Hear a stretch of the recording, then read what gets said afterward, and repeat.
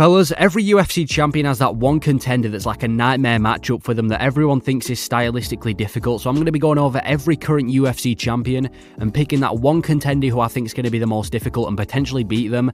This is going to be contrasting the video I did a few days ago where I picked the easiest contender. So now I'm going to be doing the hardest contender and the most difficult. Let me know if you agree. Let me know your thoughts. But the first champion we've got is Jon Jones. And in my opinion, the toughest contender for Jon Jones is Tom Aspinall. With every Jon Jones fight, you can always say, like, there's always a way for him to win. Against Cyril Gane, the way for him to win was to take him down because we'd seen in the past that Gane hadn't had great grappling. There's always a way that Jon Jones can win in every fight. But I just don't see it in Tom Aspinall. I think Tom Aspinall's better everywhere, and I would go as far to say that Aspinall would even finish Jon Jones. On the feet, he's quick, he's powerful, he's coming off 2 first-round knockouts, one of them being over Sergey Pavlovich as well. So he's a really good striker, is Tom Aspinall, athletic as well. And then when it comes to grappling, he's a BJJ master, his dad owns a BJJ gym, he's been doing jiu-jitsu his entire life. I think he's got 100% takedown defense as well, and offense, I'm pretty sure. So it's fair to say that Tom Aspinall, he's one of the best grapplers in the heavyweight division, probably the best striker in the heavyweight division if you don't want to count Cyril Gane. And for that reason, I think he'd beat Jon Jones. I just don't see a world where Jon Jones wins unless he oblique kicks Tom Aspinall's leg and shatters it. I just don't see a way where he wins. I think Aspinall, I don't even think we're going to see this fight now because it looks like Jon Jones wants to go down the route of fighting Stipe for the legacy title fight. So unfortunately, I don't think we're going to see this fight, but I think if he was to fight Aspinall, I would see Aspinall finishing him within 5 rounds. He's too dangerous, shortest fight time average in the UFC as well. So for Jon Jones, I'm picking Tom Aspinall. For Alex Pereira, I'm picking Magomed Ankalaev. I think Ankalaev is a nightmare matchup for Pereira. In every single one of his fights, well, not every single one of them, but in a lot of his fights, Pereira's shown that he does struggle with grappling. He's shown it against Izzy, he's shown it against Yuri Prohaska, he's shown it a lot against Jan Blachowicz. And when you're facing a guy like Ankalaev, who's a great grappler, and I know Pereira's going to be improving his grappling when he's training with Glover Teixeira, but I think Ankalaev would play with Pereira when it comes to grappling. I don't think he'd have any problems. It would be one of his easiest grappling kind of exchanges yet, and I think Pereira would really struggle against Ankalaev. Another reason as well is because it's not like Ankalaev only has grappling. The guy can bang as well. Ankalaev can strike, he can hold his own on the feet, he's one of the most well-rounded fighters in the division. I'm not saying he's as good as Pereira on the feet. I know Pereira is obviously better than Ankalaev on the feet and he'd absolutely destroy those legs, but I still think Ankalaev definitely can hold his own on the feet. But another reason is he's always going to be keeping Pereira guessing. When you're against a guy as balanced as Ankalaev and you know the grappling threat that he has, Ankalaev is going to keep Pereira guessing. That's going to affect his striking game. We've seen in the past where a heavy grappler that learns to strike, or just a heavy grappler in general, always keeps the striker guessing when they're fighting, which can obviously limit the striker's striking. So for this reason, I would actually bet money on Ankalaev beating Pereira. I'm not sure if I'm 100% confident, but he is a nightmare matchup. Out of everyone in the division right now, he is stylistically the most difficult for Pereira. And I even think the fact that he can strike as well as grapple is always going to make it harder for Pereira. So for that reason, I'm picking Ankalaev being a nightmare matchup for Alex Pereira. Now for Sean Strickland, I think I'm going to get a lot of disagreements for this one, but I'm picking the guy he's about to fight in Dricus du Plessis. Dricus du Plessis is an absolute machine. He's just full of pressure. He hits like a truck, which we've seen, Sean struggle in the past. And I just think he'd be able to put Strickland out of there. Now, I am picking Dricus to win this fight. My original thought was Cannonier, but then when you really break it down, I mean, he has lost to Cannonier in the past, but it was a really close fight. But let's break down Dricus du Plessis. The good thing about Dricus is he's beaten every style. He's beaten grapplers like Derek Brunson. He's beaten strikers like Darren Till. He's beaten people as well-rounded as Robert Whittaker. He's beaten practically every single style. I don't think, and again, I'm not just going to keep doubting Strickland because I know that, I doubted him against Adesanya and look what happened, but I don't see any real threats that Strickland can give to a guy like Dricus du Plessis, who's so awkward, such a weird fighter as well. I think Dricus would be able to, well, maybe not manhandle him, but definitely win in the grappling exchanges, and I think he'd be able to take him down, do some serious damage on the ground and pound, or maybe even find a submission against Strickland. And on the feet, I think out of the two, Dricus is definitely more dangerous than Sean Strickland. Now, obviously, if it gets in the later rounds, Dricus might have problems with his gas tank, and that's where Sean Strickland might shine and be able to outbox him. But I just think Dricus has more ways to win. I think he's definitely more dangerous.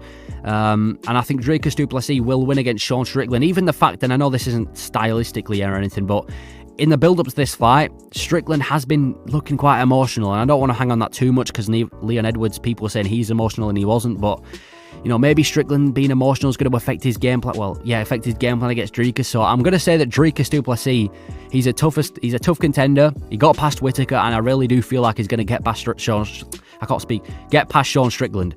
Next contender, I think Shavkat Rakhmonov. Now, this is the weirdest one on the list because I feel like Shavkat, I think he'd be stylistically quite easy for Leon Edwards, but it's hard to doubt a guy that's on an 18-fight win streak all by way of finish. As much as I want to say, listen, his head movement's not there and Leon's been facing grapplers, it's hard to doubt a guy like Shavkat Rakhmonov. When he dominates Wonderboy, and I know Wonderboy's not a good grappler or anywhere near Leon Edwards, but when he dominates Wonderboy like that, it really keeps it really gets you guessing, like, what is Shavkat going to do to Leon Edwards when it comes to grappling? Now, I don't think Shavkat would beat Leon Edwards. I don't think he'd finish Edwards. I think Edwards would be able to, get a win over Shavkat. But what other contenders are there? We've got Belal Muhammad, and I think Shavkat's way more dangerous than Belal. If anyone's going to submit Leon Edwards, it's going to be Shavkat, not Belal. On the feet, I mean, they're both pretty similar. He's also got a pretty good chin as Shavkat Rakhmonov. If you look at the Jeff Neal fight, Jeff was hitting him with some big shots. Shavkat's definitely got a good chin. He's more dangerous than Belal. I mean, who else are we counting? Ian Gary. Shavkat's definitely more dangerous than Ian Gary, in my opinion. So, Leon Edwards is toughest contender. I do think he'd get past Shavkat, but when you're on a streak like Shavkat, when you've been doubted multiple times, not necessarily against Wonderboy, but you've been doubted multiple times and you've got some of the most dangerous grappling in the UFC, I'm going to have to say that he would be the biggest test for Leon Edwards. So that's what I'm going to say the biggest test for Edwards is. Lightweight, Islam Makhachev. I'm going Arman Tsarukyan. Now, I was going to go Oliveira, but the fact that he's beaten Oliveira before and it was pretty comfortably. I know he's beaten Arman Tsarukyan before as well, but that wasn't nowhere near as dominant as the Oliveira win. And I just think stylistically, Islam is an absolute nightmare for Charles Oliveira anyway, and I do think he'd beat him in a rematch. And we're about to see Arman Tsarukyan versus Oliveira as well, so that's going to be fun. But yeah, I'm picking Arman Tsarukyan. Arman has improved so much since the first fight. He wasn't actually that far from winning the first fight, but he's improved so much. We just saw how he went out there and absolutely decimated Beneil Dariush. He's looked great in the past, against people like Matt Frivola. I just think Arman Tsarukyan is too... like I said, I don't think Arman's going to beat Islam, by the way. I do think out of the two of them, Islam would be the one pulling off the win. But... well, not pulling off the win. I think it'd be a favourite, but I think Arman Tsarukyan's got so many ways to win compared to the other contenders. He's got great grappling, great striking. I don't think he'd get, I don't think his game would get shut down like Oliveira's did against Islam, and I think he'd put a really competitive fight against Islam Makhachev.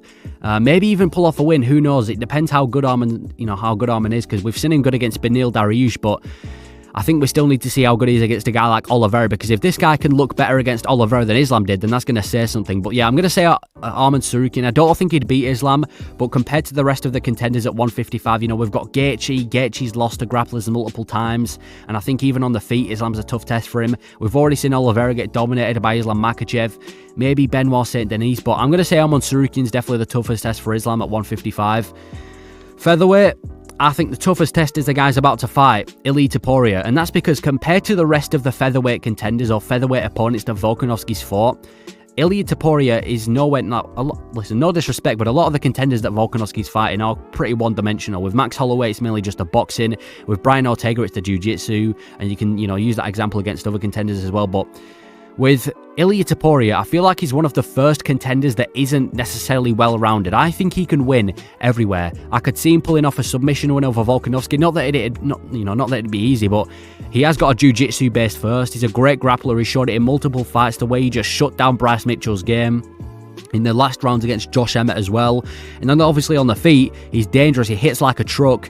Look at that knockout over Jai Herbert. Extremely brutal. But yeah, the way he ragdolled Bryce Mitchell, the way he completely just outboxed Josh Emmett as well. He's so dangerous, is Ilia Topuria. I could genuinely see him winning a decision. I can see him winning by submission. I can see him winning by knockout, especially for the fact that Volkanovski's coming off a knockout in the first round to Islam Makhachev. Now, I know he was on 12 days' notice against Islam, one of the best in the UFC, but when you're coming off a knockout and your first opponent back is Ilia Topuria, an undefeated Ilia Topuria as well. It's not, it's not the easiest opponent he could have picked, he could have chosen. So I'm going to say that Ilia Topuria is the toughest test for Volk. I do think Volk does get past him because look how he's done against the rest of the featherweights. But there's something about Ilia Topuria. I feel like if there's one guy at featherweight that's going to knock out Volkanovski or at least going to finish him in some sort of way or beat him and take his belt, I can definitely see Ilia Topuria being the guy out of all of them. So I'm picking Ilia Topuria to be the toughest test for Volkanovski. For Sean O'Malley, I'm going Corey Sandhagen. Pretty similar to Magomed Ankalaev and Alex Pereira. I think Sandhagen would keep Sean O'Malley guessing a lot. Yeah, Sandhagen pretty similar to O'Malley. Another lanky, dangerous striker. It'll be so good on the feet, this fight, because I feel like they're so evenly matched on the feet. But I think the one thing that separates them is the fact that Sandhagen's improved his grappling so much in the last few fights. He's shown that he can grapple offensively. He completely out-grappled Marlon Vera, completely out-grappled Rob Font. Even on the feet, he was winning in those fights as well. And I feel like I can't wait for this guy if he ever gets a title shot to fight O'Malley. I think he's scheduled to fight Umar Nurmagomedov. I don't know if he is. I think it might have been cancelled because I know they were scheduled in, I think it was July 2023, and I think they were booked again for 2024, but it might be cancelled. But yeah, Sandhagen, I think the thing that separates him and O'Malley is the fact that he can grapple so well offensively, and that'd definitely bring problems to Sean O'Malley, because when Sean O'Malley's facing people like Merab and Aljamain Sterling, it's a pretty clear game plan. Stay on the feet. But I don't think staying on the feet is a good option against Sandhagen, because when you're trying to defend takedowns and when he's always going to keep him guessing, and Sterling, it's not like he's going to beat him on the feet necessarily. Like when you look at Aljo and O'Malley on the feet, everyone knows that O'Malley's going to beat Aljo on the feet. Same against Merab, but when you're against Sandhagen's an amazing striker, and the fact that he's become so well-rounded recently, I just think it's a nightmare for Sean O'Malley to deal with. So I'm going to say that Sandhagen would be a nightmare matchup for O'Malley, and I actually would pick Sandhagen to win if they were to fight. And then finally, 125? Yeah, 125.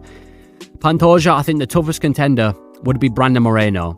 They've had razor close fights in the past. I mean, the one they did in July at UFC 290, it was razor close. The decision honestly could have gone either way. And I think for that reason, I've just got to give Brandon Moreno respect.